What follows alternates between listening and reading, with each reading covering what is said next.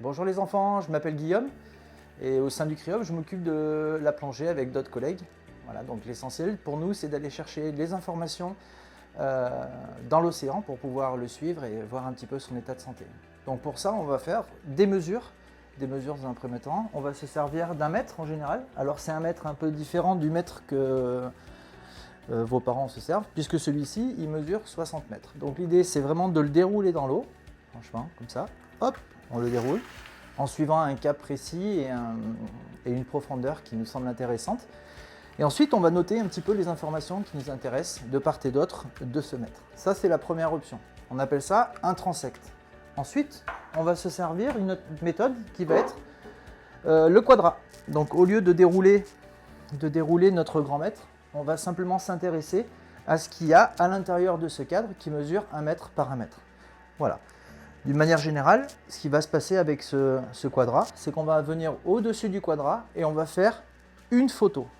Et une fois qu'on sera de retour au labo, quand on sera au sec, on va pouvoir regarder les informations qui nous intéressent dans tous les petits cadres qui composent ce quadrat. Voilà. Ensuite, on peut travailler encore d'une autre méthode où on n'aura plus un quadrat, cette fois d'1 mètre par 1 mètre, mais on va avoir un immense carré de 10 mètres par 10 mètres.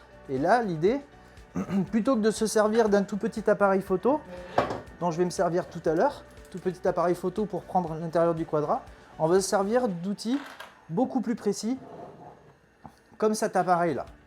Donc on va enfermer notre appareil photo dans un caisson, et ensuite on va pouvoir aller prendre les photos qui nous intéressent dans cet immense carré de 10 mètres par 10 mètres.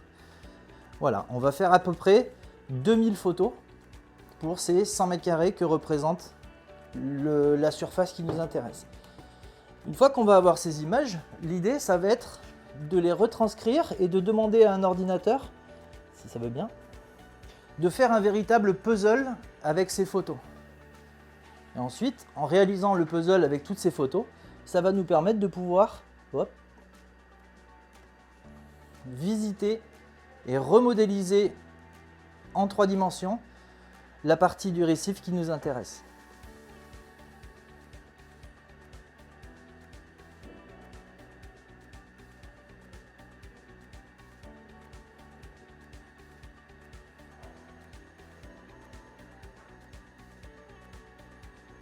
Maintenant, ce que je vous propose, c'est de partir avec nous et d'aller se jeter à l'eau pour réaliser un photo quadrat, donc une photo du cadre pour pouvoir déterminer l'habitat.